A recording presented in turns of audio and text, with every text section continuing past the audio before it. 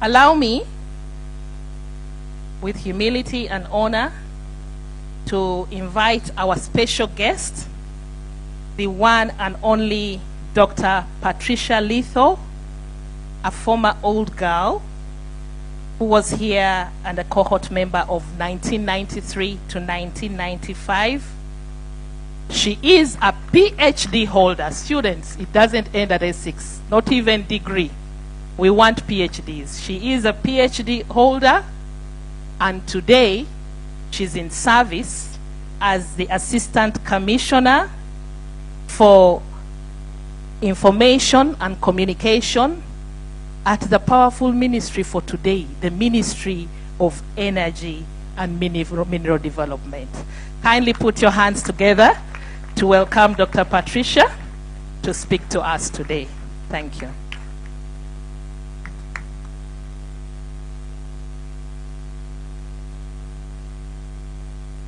Thank you so much. I know I have the unenviable task of standing between you and your lunch, but I hope it will be worth the while. And I don't know how Madam President opted to have me as chief guest. I should confess I didn't even know I was the chief guest. So she spoke to me about coming to speak. And yes, I had my reservations, but I said yes, and she took me through on phone. But then she also went ahead and sent me an invitation letter that I didn't open because I thought she told me everything. She told me the dress code, kitenge, and things like that. And then as we approached the gate, I'm like, oh, let me look at the protocols. And there was the invitation letter. And I opened it, and I'm a chief guest. And I kept asking this one, who is the chief guest? So that's how strange I can be. But still, I'm glad to take up the task. And observing the protocols, the main chief celebrant, Reverend Father Dr. Pius Malay, the board members present, the chaplain, Father Jesse Chiwanuka, the headmistress, Mrs. Immaculate. I'm glad to serve, and thanks for the great work, and the esteemed teachers and members of administration. President of Trinity College, Nabbingo All Girls Association, Miss Marie Solome, Nasiwa Lubowa, thank you for having me. The All Girls of Trikona, distinguished students of Trikona, especially the head teachers, all protocols observed, ladies and gentlemen, I'm indeed honored to be here. You know, I'm between two worlds of analog and digital. Now I'll move down to the people I really want to talk down to and talk to them. But before I do that, I just want to emphasize that we don't come alone. When I was growing up, we always were told that a whole village makes who we are. And when they talk about me being part of a cohort, sometimes you might think there was just me. I'll just quickly, if you may, the first ones, ask my former cohorts to just come quickly. And my roommate is here, Lilian Ochago. If I could just stand and take this photo moment. Without mentioning any names, let's run, run, run, run. Maybe others won't come, but we are quite a number here, and I'm glad, and some of them are very active members. Thank you so much. My roommate, Lilian, always taller than me, so I'll stand up here. Thank you. So these are some of my cohort mates, and we're in Monica House. Monica Oe! Of course, I recognize all the other houses. Thanks a lot, ladies. It's an honor for me to represent that year. We also had Vibe, but in the interest of time, we shall not dance. But I'll start with my journey from here. I joined Nabbingo. Accommodated my character. Where I was, I think I was a bit much. And then when I got here, I was a normal human being. I came from Mount St. Mary's, Namagunga before. But that's in the past. I am a Trikona old girl, and I'm proud to be an associate. When I got here, I became one of the debating club. And that's where my strength is, with my voice, unlike my team here. So I'll just ask the choir to just sing for me the chorus, Shine, Jesus Shine. Please, even if you're out of our outfits. Just to, oh, they lost all the books, but we give them a few minutes. Just signal me when you're ready. The chorus, just the chorus.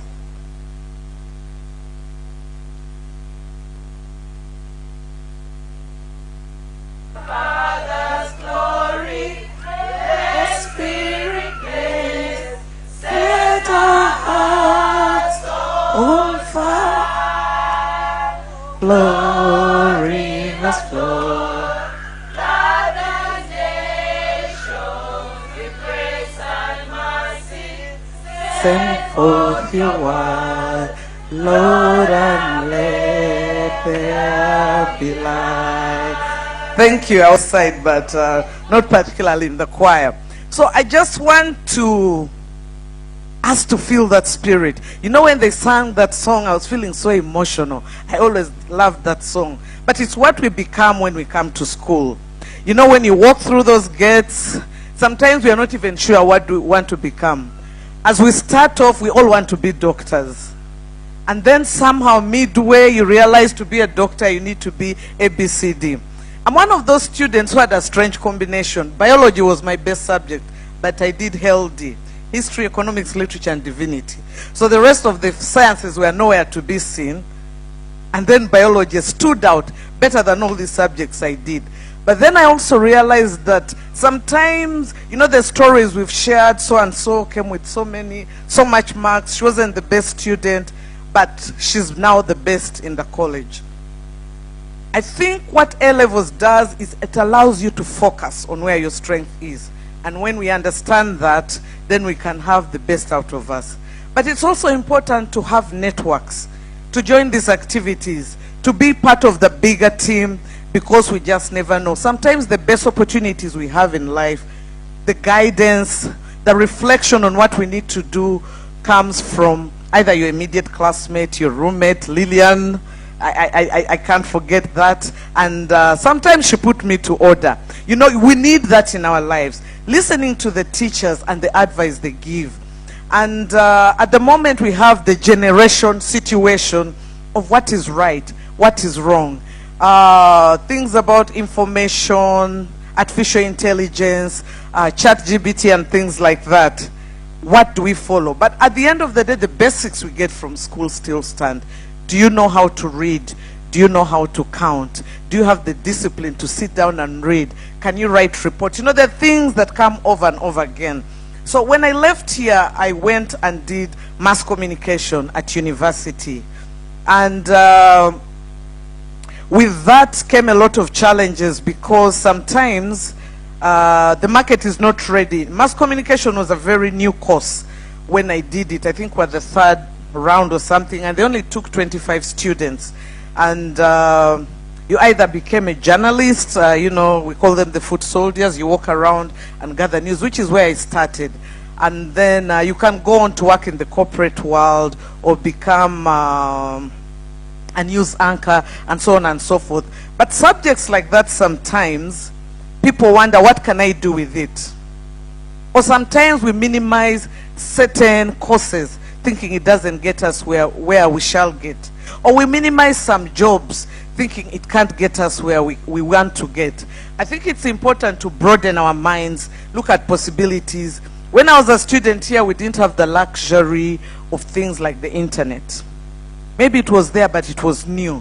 You have the opportunity to look and search and seek guidance, because these days if you go online and sort of say, if I did these subjects, what career path does it take me? You're most likely to find it.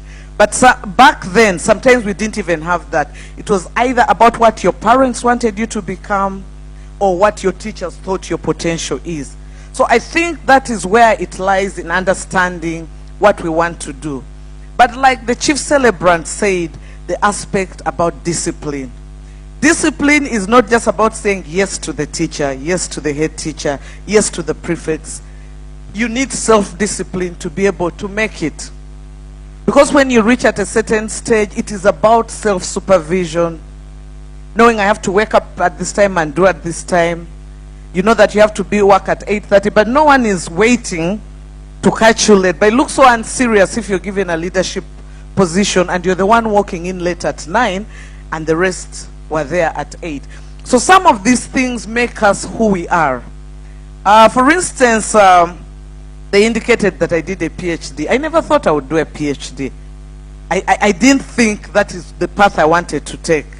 But I got there and I decided to do a PhD. I did a PhD in Britain. In the UK, they expect that when you come into a PhD, you know what to do. Unlike in America and Canada, where they give you 2 years of class, still again guiding you, come to class, do an exam before they allow you to write your thesis. While in Britain, they expect you to have your own schedule, know when to get up, know when to write, but there will be timelines that you set by yourself. So that is the kind of discipline you need, but you must start it now. It is so difficult to wake up maybe 20 years from now, which is hard to imagine. Today I was talking with your headmistress, and I told her I was last year when I picked my results in 1995, my A-level result. But later on, as I was sitting, I did the maths, and I was feeling embarrassed. That's 30 years ago. But the things I picked from here took me through, gave me resilience. There's so many challenges that come with life. It's not just about a job. And then I would like to turn to my other passion, because we are women. I'm into media communication, but mostly women's economic empowerment. I speak for the women. I'm the immediate past chair of Uganda Media Women's Association. I'm a board of director at the New Vision Group. But what does it take to be a woman leader? You know, when you're among girls alone, it is so easy to lead. But when you step out there, it's a mixed world. The men are very aggressive. They play by a different ball game. It is not about what you deserve. It is about what you work for, what you bargain for, and knowing your rights. So I would just like to draw our attention to that. Like, what do I want to become? Do I know my rights as a woman? And many of us, again going back to journalism as an example, in Makerere, where I also taught in the mass communication department some years ago, most of our students are actually female students. But once they graduate, you enter a newsroom and ask, where are the girls? Because once you get married, which most of you might, then culture, I've been corrected that will, well, sometimes things change. Then culture comes in.